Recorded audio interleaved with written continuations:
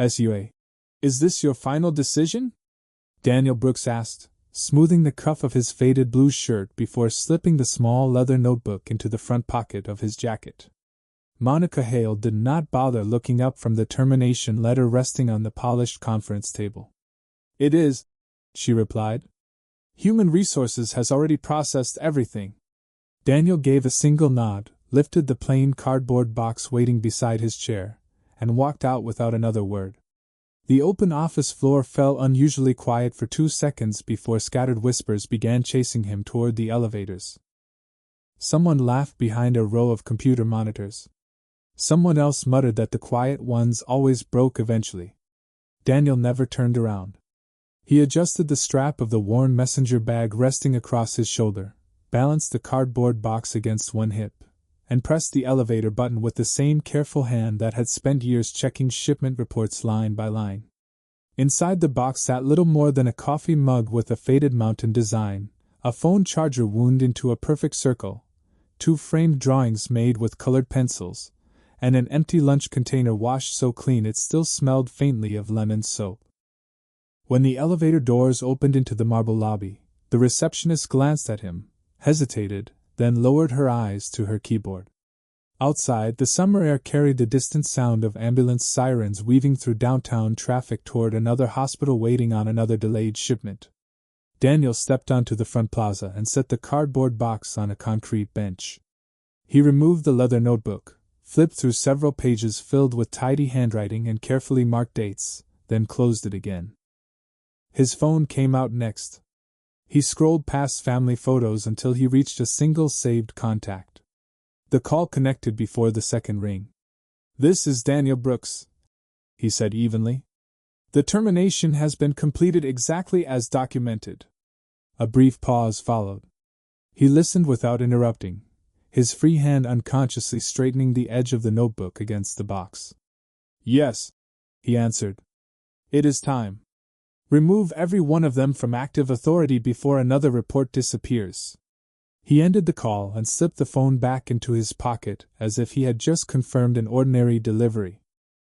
Across the glass entrance, Monica watched from the executive lobby with folded arms, wearing the calm expression of someone convinced a problem had finally been eliminated. Several managers gathered beside her, smiling with the comfortable confidence of people who believe the afternoon belonged to them. None of them noticed the black sedan turning slowly into the underground executive entrance. None of them noticed security officers quietly receiving messages through their earpieces. Daniel picked up the cardboard box once more and walked toward the parking garage instead of the employee lot. His steps never changed pace. Before reaching the crosswalk, his phone vibrated again. He glanced at the screen, but did not answer. The caller ID displayed only one word: bored. He silenced the call, opened the back door of his aging pickup truck, and carefully placed the cardboard box beside a bright purple backpack decorated with tiny silver stars. A folded hospital appointment reminder rested beneath the backpack strap, exactly where he had left it that morning. Daniel looked at it for one silent moment, closed the truck door gently enough that the drawings inside the box would not bend, and drove away while the people inside the building continued celebrating the end of a story they did not yet realize had only just begun. SUA 3 weeks earlier, Daniel Brooks parked his aging pickup in the employee lot before sunrise, choosing the same space near the far fence where nobody competed for shade later in the afternoon. He arrived 40 minutes early every morning, not because anyone expected it, but because quiet buildings revealed details noisy ones buried. Inside the distribution headquarters, he filled a plain ceramic mug with black coffee, added nothing to it, and walked through the operations floor before most desks were occupied. Burned-out monitor lights, overflowing recycling bins, shipping manifests left unsecured, and boxes stacked a little too close to emergency exits all found their way into the small leather notebook he carried everywhere. He never announced what he wrote. He simply closed the notebook, slipped it into his jacket pocket, and greeted the first warehouse associate by name. By 8 o'clock, the building had transformed into a maze of ringing phones, rolling carts, and hurried conversations about inventory moving toward hospitals across 4 states. Daniel settled into his workstation without decorating it beyond two framed drawings taped beside the monitor. One showed a crooked blue pickup beneath an enormous yellow sun. The other showed a girl and her father standing beside a lake with fishing poles much taller than either of them. When Grace Nolan walked past carrying two overfilled folders, Daniel stood before she reached his desk and quietly took the heavier stack without asking. She thanked him with a tired smile and hurried toward the compliance office. Daniel returned to his chair, adjusted the cuff of his shirt out of habit, and began comparing shipment records line by line against supplier confirmations. Around him, conversations rose and fell like machinery. Nobody noticed him until somebody needed an answer. The work itself was repetitive, but Daniel treated every document as though a single overlooked number could eventually land in the wrong hospital at the wrong hour. Shortly before lunch, his phone vibrated once. Olivia's name appeared across the screen beside a picture of her grinning beneath a baseball cap several sizes too large. Daniel stepped into an empty hallway before answering. Olivia did not waste words. She told him her science quiz had gone well, reminded him not to forget the appointment with the orthopedic surgeon the following Tuesday, then asked whether he had remembered to eat breakfast instead of pretending coffee counted. Daniel smiled without making a sound, promised he had eaten, and listened while she explained that she had reorganized the kitchen pantry after school because the canned soup had been stacked too high. Before hanging up, she reminded him to drive carefully because the brakes still squeaked whenever it rained. Daniel slipped the phone away and stared for one quiet moment through the narrow hallway window before returning to his desk. That afternoon, a supervisor praised a weekly inventory report during the department meeting. Daniel recognized every correction on the pages projected across the conference room wall because he had finished them after everyone else left the previous evening. Monica Hale thanked another manager for the excellent work. The room applauded politely. Daniel lowered his eyes, turned one page in his notebook, and wrote a single date beside the project number before closing the cover. Nobody noticed. Near the end of the day, Grace approached his desk carrying a sealed folder. She spoke softly enough that nearby conversations swallowed most of her words. Several supplier totals inside the monthly compliance package did not match archived records, and she could not explain why. Daniel accepted the folder without opening it immediately. Instead, he looked toward the executive offices where Monica's door remained closed, then placed the folder beneath his notebook rather than inside the shared filing tray. As employees packed their bags, laughter drifted toward the elevators while cleaning crews began replacing trash liners one office at a time. Daniel stayed behind another 20 minutes comparing figures that should have matched but did not. Outside, rain began tapping steadily against the windows. He finally closed the folder, drew a careful line beneath the last handwritten note, and circled one shipment number that appeared twice under different destinations, 41,587. SUA by the following Monday, the operations floor had settled back into its familiar rhythm, one where efficiency mattered less than appearances and everyone seemed to understand invisible rules that had never been written down. Monica Hale arrived exactly at 8:15 carrying a leather portfolio that nobody else was allowed to touch. She crossed the department without greeting anyone, paused only long enough to straighten a crooked presentation board near the conference room, then disappeared into her office behind a glass wall overlooking the entire floor. From there she watched people the way some managers watch numbers, measuring posture, confidence, hesitation, and loyalty before performance ever entered the equation. Derek Lawson, the regional operations manager assigned to oversee several compliance teams, spent considerably less time working than he did making certain other people saw him working. Every successful presentation somehow included his name. Every delayed shipment somehow found another owner.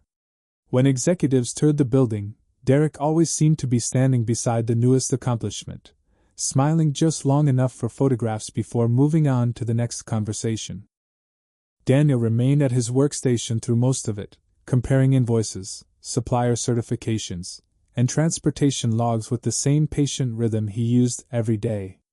Every hour or so he reached into his pocket, opened the worn leather notebook, wrote several careful lines, then closed it again without looking around to see whether anyone had noticed. During the afternoon compliance meeting, Derek projected a revised performance dashboard onto the conference room screen and accepted congratulations for reducing reporting errors across the division. Daniel quietly recognized several charts that had originated from spreadsheets he completed the previous Friday. He folded one sleeve another half-inch, rested both hands on the table, and listened without interrupting. When Monica asked whether anyone had concerns, silence settled over the room. Daniel glanced once toward Grace Nolan, who lowered her eyes to her notebook before anyone else noticed. Monica accepted the silence as agreement and moved to the next agenda item. Later that day, Grace appeared beside Daniel's desk carrying another stack of archived shipping records. She did not sit down. "These supplier confirmations disappeared from the shared drive," she said softly. "I found printed copies in storage." Daniel accepted the folder, thanked her, and placed it beneath the notebook already resting beside his keyboard instead of opening it immediately. Across the room, Derek happened to glance in their direction.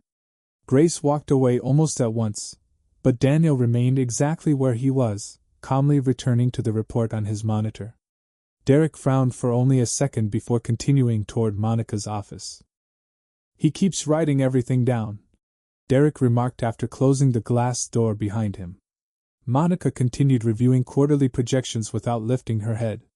"Some people enjoy paperwork," she answered.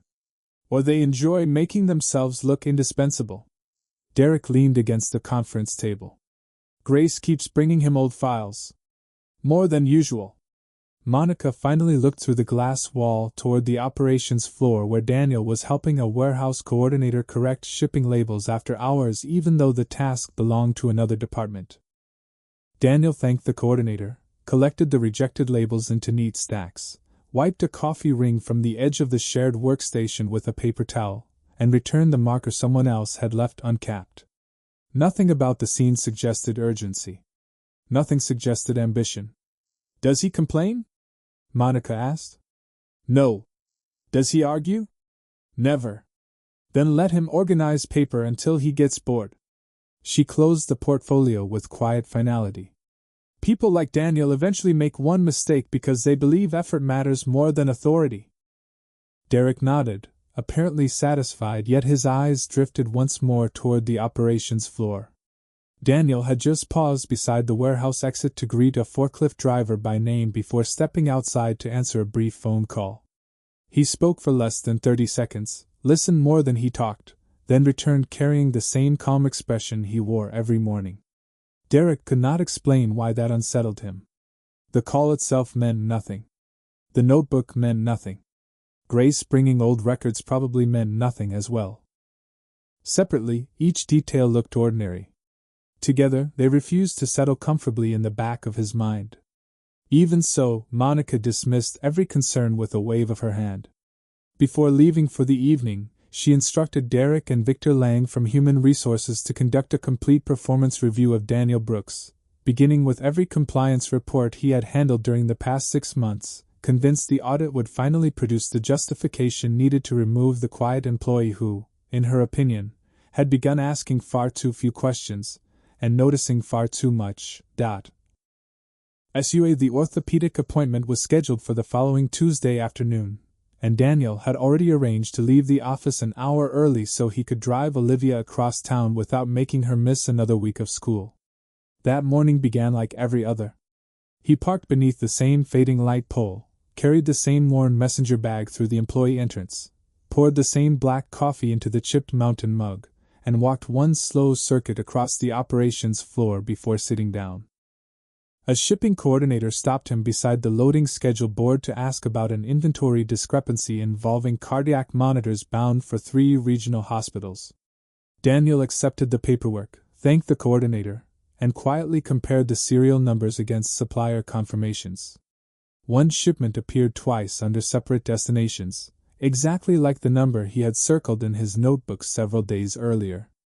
Instead of forwarding the documents immediately, he walked to the records archive, retrieved the printed supplier certifications Grace had recovered from storage, and spread every page across an unused conference table. The timestamps did not align. Approval signatures had been copied onto reports completed before the inventory physically arrived. Purchase quantities changed between archived copies and digital records. More troubling than the numbers themselves was the pattern. Every altered report passed through the same management chain before reaching executive review. Daniel closed his eyes for one brief second, gathered the documents into precise stacks, and placed colored tabs along the margins. At noon, Monica summoned department supervisors into the executive conference room to review quarterly performance metrics. Daniel attended because compliance documentation formed part of the presentation package, although nobody expected him to speak. Derek moved confidently through polished slides praising improved efficiency and record accuracy while colorful graphs climbed upward across the screen. Daniel watched without expression until one chart displayed the altered shipment totals he had just verified against the archived files. He waited for the presentation to end. When Monica asked whether anyone required clarification before the reports were submitted to the executive committee, Daniel raised his hand for the first time since joining the department. Every conversation in the room faded almost instantly. Monica looked mildly surprised but nodded. Daniel stood, adjusted the cuff of his shirt, and placed one printed document beside the projector. The supplier certifications supporting these inventory totals do not match the archived compliance records, he said evenly. I cannot verify the accuracy of this submission. Nobody answered for several long seconds. Derek leaned forward first. Those documents were updated after vendor corrections. Daniel looked toward him without raising his voice.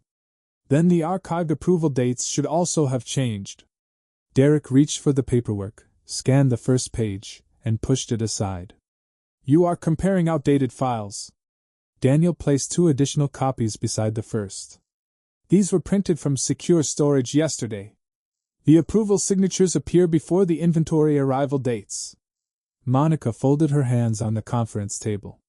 Are you refusing to certify this report? Daniel met her eyes without hesitation. I cannot sign information that I cannot verify. The room remained silent enough for someone outside the conference room to be heard dropping a binder onto the hallway floor. Victor Lang shifted uneasily in his chair but said nothing. Grace stared at the documents in front of her without lifting her head. Monica gathered every printed page into a single stack, tapped the edges square against the table, and slid them toward herself. Very well, she said. We will review your concerns internally. Daniel gave one short nod, returned to his seat, and wrote a single line inside the leather notebook before closing it again. The meeting adjourned less than 5 minutes later. Employees filed quietly back toward their desks, avoiding eye contact as they passed him. By late afternoon, Daniel discovered that his access to several compliance databases had been temporarily restricted pending what information technology described as a routine permissions review. Grace attempted to send him 2 archived files, but the transfer failed before reaching his inbox. When Daniel gathered his belongings to leave for Olivia's appointment, his employee badge refused access to the secure records room where he had worked every day since arriving. He studied the red warning light for a moment, slipped the badge back into his wallet without complaint, and continued toward the parking lot while, behind the glass walls of the executive offices, Monica instructed Victor and Derek to begin formal disciplinary proceedings against Daniel Brooks before the disputed reports could leave the building, unsigned.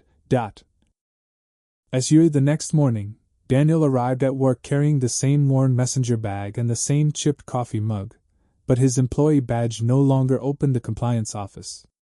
A temporary access notice appeared on the security screen before the door clicked shut again. He stepped aside without arguing, thanked the security officer who looked more uncomfortable than confident, and carried his laptop to an empty workstation near the warehouse dispatch area.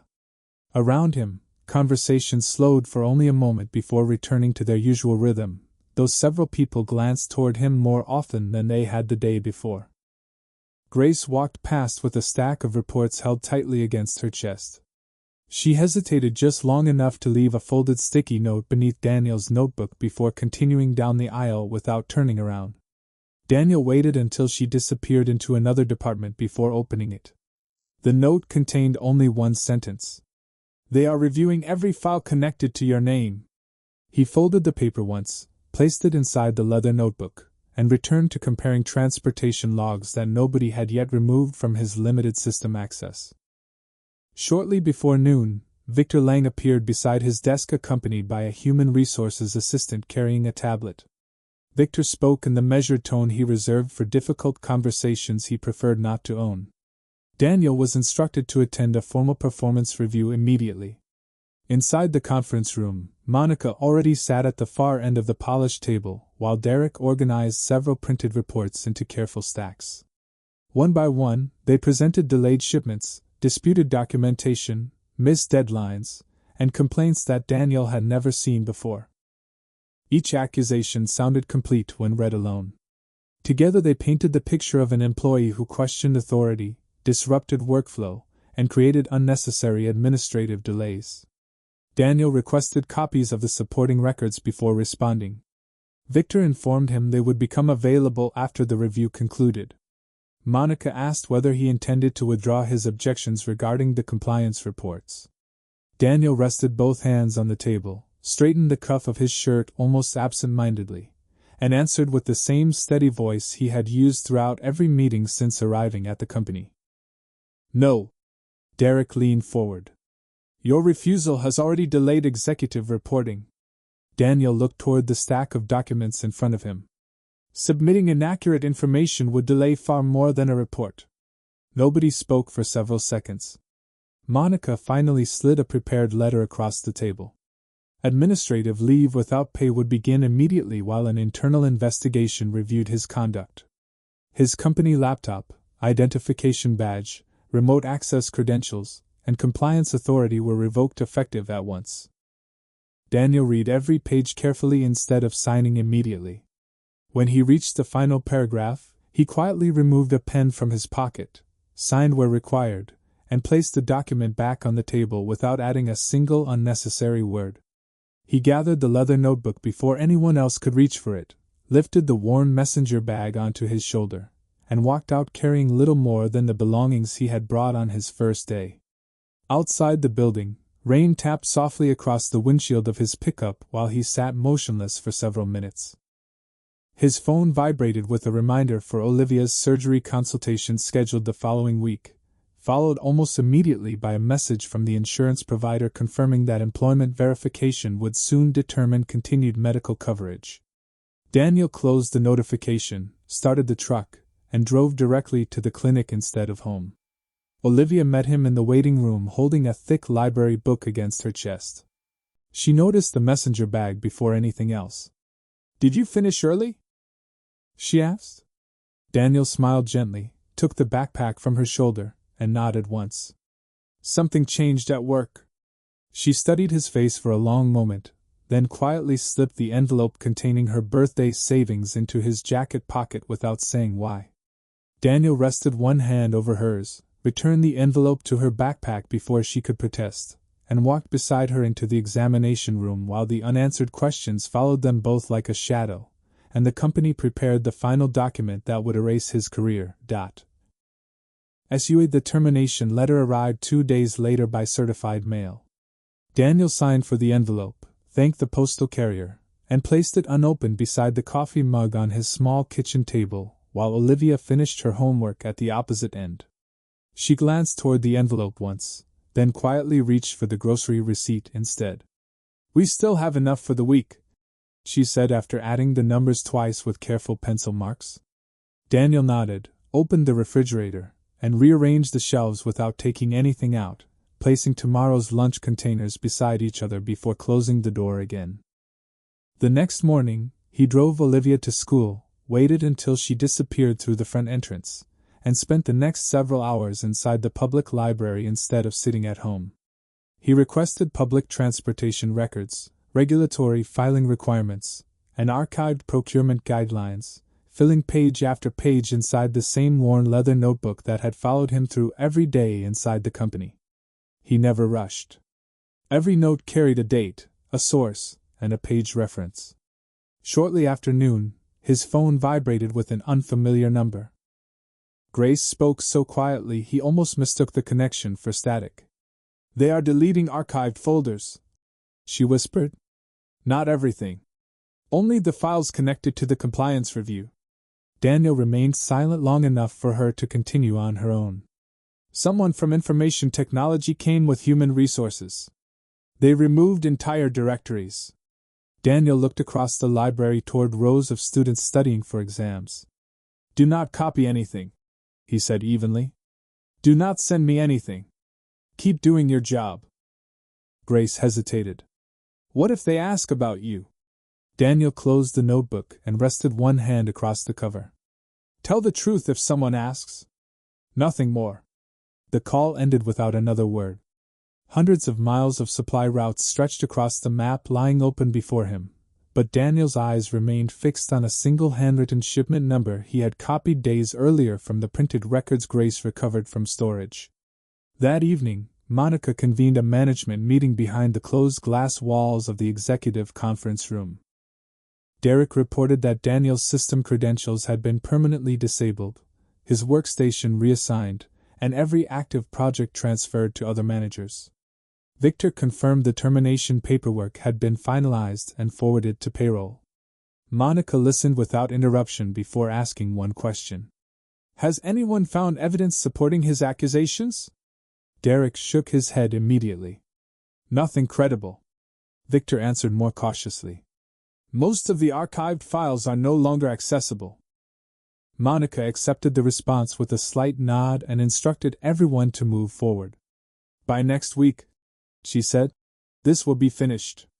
Across the operations floor, however, the atmosphere had begun shifting in quieter ways.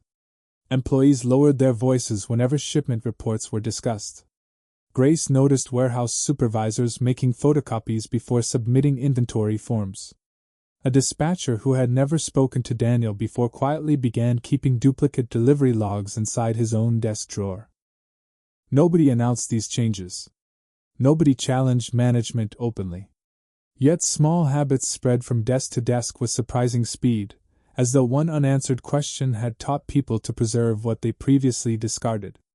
Late Friday afternoon, an information technology specialist named Marcus entered the records server room to complete routine storage maintenance. While verifying deletion logs, he noticed something that should not have existed. Hundreds of digital compliance files had disappeared, yet every deletion request referenced reports that no longer appeared anywhere in the active database. Even stranger, the authorization trail stopped halfway through the approval chain, leaving blank spaces where executive verification should have been recorded.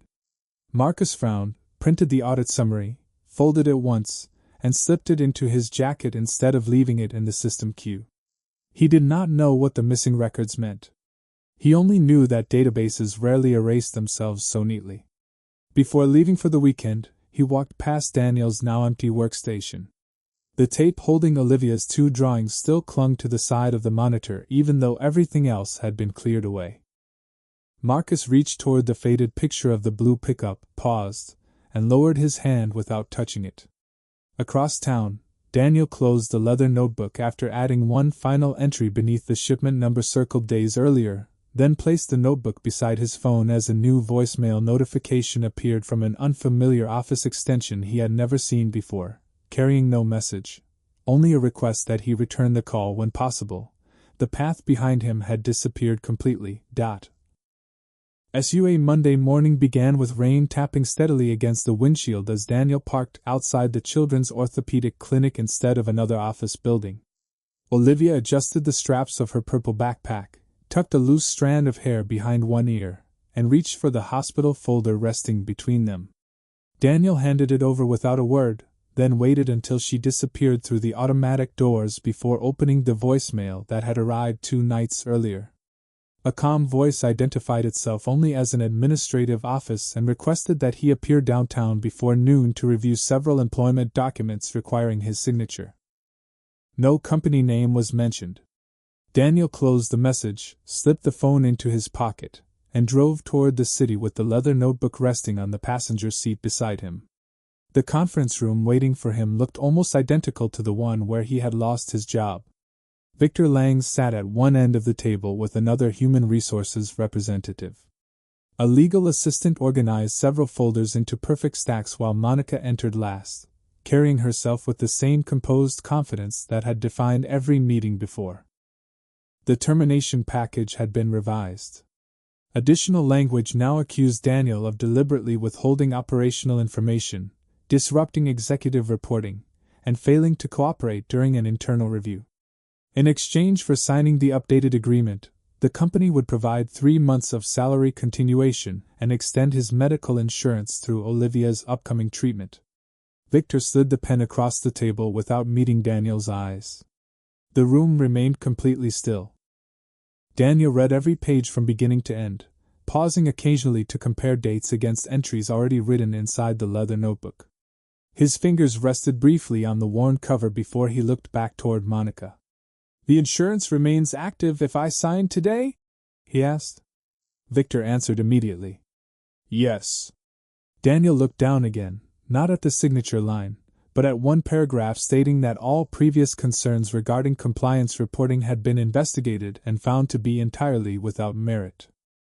He removed the pen cap, held it over the paper for several long seconds, then quietly set the pen back on the table untouched. "I cannot sign something I know is inaccurate," he said. Nobody raised a voice. Monica folded the agreement closed and nodded once toward Victor. "Then the offer is withdrawn." Daniel accepted the decision exactly as he had accepted every other consequence since raising his first objection. He placed the unsigned packet back into its folder, gathered the leather notebook, adjusted the cuff of his shirt almost absent-mindedly, and stood. As he reached the door, Victor spoke without lifting his head. "You understand what this means?" Daniel rested one hand on the doorknob. "Yes."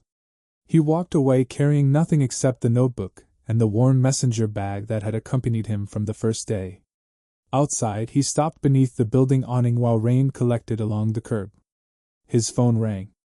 Olivia asked whether he could stop by the grocery store because she had found a cheaper brand of soup the two of them both liked. Daniel smiled softly, wrote the name of the soup beside his shopping list inside the notebook, and promised he would be home before dinner. Across the street, Marcus, the information technology specialist, happened to leave a neighboring office carrying the folded server audit still tucked inside his jacket. He recognized Daniel from the nearly empty workstation that had remained untouched for days. Their eyes met only briefly before Daniel continued toward the parking garage. Marcus watched him disappear into the rain, then looked back at the audit summary in his hand where blank authorization fields interrupted the deletion records exactly where executive approvals should have appeared. He folded the paper again without calling out. Back inside the company, Monica instructed department managers to archive the compliance review permanently and circulate a memorandum describing Daniel Brooks as a former employee dismissed for performance deficiencies. The memo reached inboxes across the organization before sunset. Several employees read it silently. Grace closed the message without deleting it. The warehouse dispatcher placed another duplicate shipping log into his locked drawer. Marcus opened the server audit one more time after everyone else had gone home, comparing the missing authorization trail against the dates Daniel had questioned weeks earlier. He still did not know the whole story, but for the first time he understood that whatever had been hidden could no longer remain buried forever. Meanwhile, Daniel unlocked the front door of his small house carrying groceries in one hand and Olivia's favorite soup in the other, unaware that by refusing to exchange the truth for security he had crossed the final line separating the life he had lost from the one that neither he nor anyone inside the company could ever turn back from, even though every visible door now appeared completely closed. As the following Wednesday, every member of the executive committee received the same unexpected calendar invitation marked mandatory governance session. Monica assumed it concerned quarterly distribution targets. Derek arrived carrying performance summaries. Victor brought personnel files, including Daniel's termination records, neatly organized inside a black binder. None of them noticed that the meeting room contained 2 additional chairs at the far end of the table occupied by outside legal counsel and independent auditors. Marcus entered quietly carrying a sealed evidence envelope. Grace followed several minutes later after receiving direct instructions from corporate compliance to attend as a witness. Conversation faded the moment the chair of the board walked into the room and announced that the session concerned the integrity of the company's operational reporting process. Monica immediately began explaining that the recent personnel issue involving a former compliance specialist had already been resolved internally. Before she finished, the chair opened a folder and placed Daniel's handwritten notebook in the center of the table. Every page had been scanned, dated, and matched against archived paper records recovered from secure storage. Beside it came printed server audit logs identifying the exact timestamps when compliance files disappeared from the database. Marcus quietly confirmed that the deletion requests lacked completed executive authorization and had bypassed required governance procedures. Grace then identified the archived supplier certifications she had recovered from storage, explaining where she found them and when she delivered them to Daniel. The room remained silent as independent auditors projected side-by-side comparisons onto the screen. Shipment quantities changed after approval. Inventory arrival dates no longer matched supplier confirmations. Digital files differed from archived paper copies. Every discrepancy pointed to the same chain of management. Monica attempted to question the reliability of the printed records until the lead auditor displayed Daniel's notebook beside the original documents. Every handwritten entry matched dates, shipment numbers, and document revisions recorded weeks before any investigation had begun. The circled shipment number Daniel had marked on his second week appeared again and again as the starting point from which the entire reporting manipulation could be traced. The chair looked toward Victor. When Mr. Brooks refused to certify the report, why was an independent review not initiated? Victor lowered his eyes to the termination file and found no answer waiting there. Derek shifted forward and insisted Daniel had disrupted operations without presenting evidence. Marcus quietly slid another document across the table. It contained the server audit proving that the electronic records disappeared only after Daniel challenged the report. Nobody reached for it immediately. The chair pressed a single button on the conference phone. "Please ask Mr. Brooks to join us." The door opened less than a minute later. Daniel entered wearing the same faded blue shirt, carrying the same worn messenger bag and the same leather notebook that had quietly documented every decision leading to this room. He greeted everyone with a calm nod before taking the only empty chair. No triumph crossed his face. No anger appeared in his voice. The chair addressed him first. "Mr. Brooks, before your termination became effective, the board unanimously appointed you Independent Ethics Transition Director with authority to trigger an external governance review if internal reporting integrity was compromised. Your appointment was intentionally withheld from operational leadership to protect the investigation from interference. Did you activate that authority after your dismissal?" Daniel answered with the same steady voice that had carried through every difficult meeting. "Yes." The room seemed to shrink around a single word. The phone call outside the building, the refusal to sign inaccurate reports, the careful notebook entries, the unanswered questions, the quiet acceptance of every consequence suddenly aligned into one uninterrupted sequence. He had never been protecting himself. He had been protecting the evidence until the proper process could begin. Monica slowly leaned back in her chair, looking for flaws that no longer existed. Derek stared at the projected records without speaking. Victor closed the termination binder because there was nothing inside it left to defend. The chair turned toward legal counsel. Formal termination notices were authorized immediately for Monica Hale, Derek Lawson, and every manager directly involved in altering compliance records or suppressing internal reporting. Regulatory agencies would receive complete audit packages before the close of business. Daniel remained seated until every decision had been recorded. Only then did he quietly collect the leather notebook, straighten the cuff of his shirt, and stand. As he reached the doorway, employees gathering outside the glass walls stepped aside without being asked, not because of a title they had only just learned, but because every silent choice he had made long before anyone believed him had restored something far more valuable than his own reputation, their faith that integrity could still survive inside the company. SUA 6 weeks later, the operations floor sounded different. Conversations no longer stopped when managers approached, and shipment reports remained open on shared screens instead of disappearing behind hurried clicks. Glass office doors stayed open throughout the day, while bulletin boards that once displayed only performance charts now included compliance procedures, anonymous reporting instructions, and handwritten notes thanking warehouse teams for catching small mistakes before they became larger ones. Daniel arrived before sunrise as he always had, parking beneath the same fading light pole and carrying the same worn messenger bag through the employee entrance. The chipped mountain mug still rested in one hand, and the familiar leather notebook remained tucked beneath his arm, although many of its pages were now blank. During his first walk across the building, he greeted the forklift drivers, warehouse clerks, reception staff, and cleaning crew by name exactly as he had before. The only difference was that people no longer lowered their voices when he passed. They stopped him with questions, suggestions, and concerns they had once kept to themselves. Daniel listened more than he spoke, wrote short notes beside each issue, and thanked every employee before moving on. Grace had accepted responsibility for leading the rebuilt compliance team.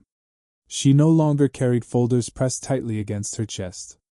Instead, she walked confidently into meetings with duplicate records openly organized inside clear binders because nobody questioned why documentation should exist in more than one place. Marcus worked beside information technology engineers installing permanent audit tracking that recorded every document revision automatically, leaving no empty authorization fields for anyone to hide behind again.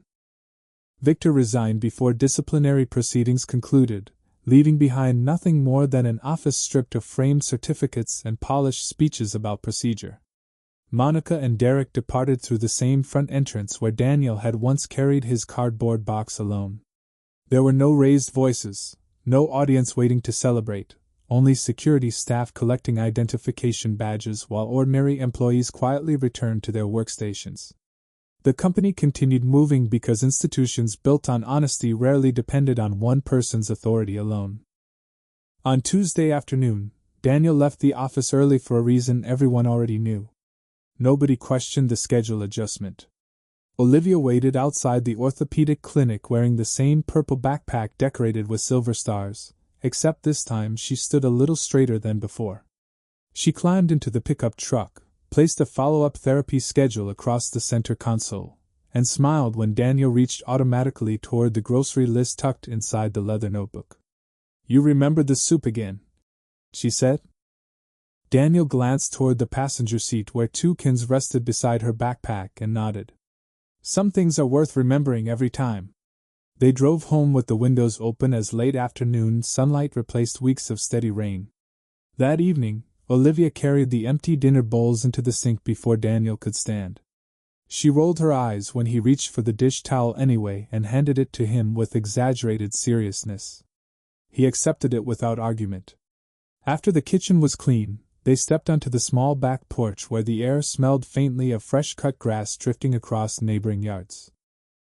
Olivia leaned against the porch railing while Daniel opened the leather notebook one final time. He looked at the pages filled with shipment numbers, dates, signatures, and careful observations that had carried both of them through the hardest weeks of their lives. Then he closed the cover gently and placed the notebook on the porch table instead of returning it to his pocket. The next morning, father and daughter walked side by side through the company lobby on the way to a community health partnership event supporting local children's hospitals. Employees looked up from reception desks and loading schedules, offering quiet greetings that carried neither fear nor obligation. Daniel answered each one with the same calm nod he had always given, then reached down as Olivia slipped her hand into his. Together they crossed the lobby toward the sunlight beyond the glass doors, leaving behind a building that had finally learned to recognize character before status, while the small silver stars on her purple backpack caught the morning light with every step, and neither of them looked back.